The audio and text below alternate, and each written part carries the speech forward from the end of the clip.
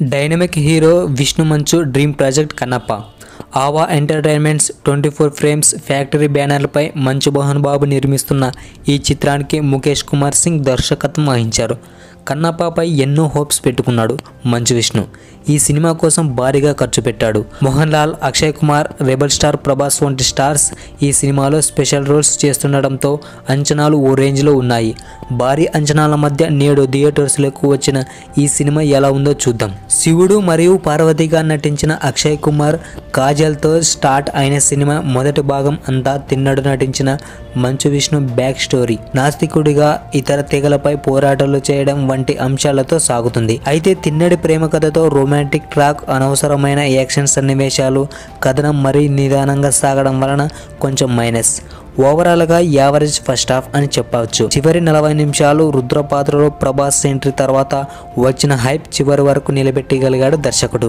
ఇంతకు నీకు పెళ్లి అయిందా అని ప్రభాస్ని అడగడం, నా పెళ్లి గురించి ఎందుకులే అని బదులివ్వడం వంటి డైలాగ్స్తో ఫ్యాన్స్తో విజిల్ కొట్టించాయి. క్లైమాక్స్లో మంచు విష్ణు బాగా నటించారు. నిర్మాణ విలువలు బాగున్నాయి. Cinematography okay. సినిమాలోని బ్యాక్గ్రౌండ్ మ్యూజిక్ పెద్ద ప్లస్. కానీ విఎఫ్ఎక్స్ అక్కడక్కడ ఇంకా బాగుంటే బాగుండేదే అనే ఫీలింగ్ వస్తుంది. మోహన్ లాల్, మోహన్ బాబు గారు ఎప్పటిలాగే బాగా నటించారు. ఓవరాల్గా కృష్ణం గారు నటించిన కన్నప్ప అంత కాదు, కానీ ఓసారి చూడొచ్చు. ఈ సినిమాకి పెద్ద ప్లస్ పాయింట్స్ శివుడు మరియు ప్రభాస్. ఇక స్టోరీలోకి వస్తే అసలు దేవుడే లేడు, ఆ లింగం ఒట్టి రాయి మాత్రమే అంటూ చిన్నప్పటి నుంచి బలంగా నమ్మిన తిన్నడు మంచు విష్ణు. ఆ తర్వాత జరిగిన పరిణామాల వల్ల మహాశివభక్తుడిగా ఎలా మారాడు అన్నదే కన్నప్ప కథ. అయితే తిన్నడు మహాభక్తుడిగా మారడానికి వాయులింగం కారణమవుతుంది. అడవిలో ఉన్న వాయులింగాన్ని దక్కించుకోవాలని కొంతమంది ప్రయత్నిస్తుంటారు. వాయులింగం కోసం ఏకంగా అక్కడున్న జనాన్ని, గుడారాన్ని కూడా తగలబెట్టాలని అనుకుంటారు.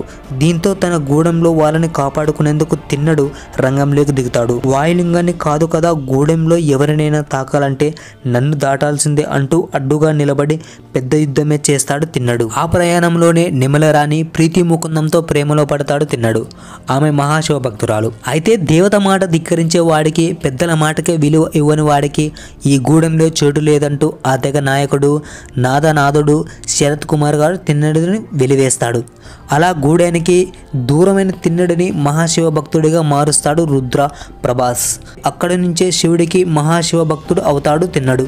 ఇందుకు కారణమైన పరిస్థితులేంటి, అసలు వాయులింగం కోసం ఎందుకు అంత పోరాటం జరిగింది, అయితే సినిమా చూసి తెలుసుకోవాల్సిందే. ఓకే ఫ్రెండ్స్, మీరు ఈ సినిమా చూశారా? చూసినట్లయితే మూవీ ఎలా ఉందో కామెంట్ చేయండి. అలాగే ఈ సినిమాకి వెళ్ళాలనుకుంటున్నారా, ఈ సినిమాకు ఎందుకు చూడాలనుకుంటున్నారో కూడా కామెంట్ చేయండి. ఈ వీడియో నచ్చితే లైక్ చేయండి, షేర్ చేయండి, సబ్స్క్రైబ్ చేసుకోండి. Thank you. జై హింద్.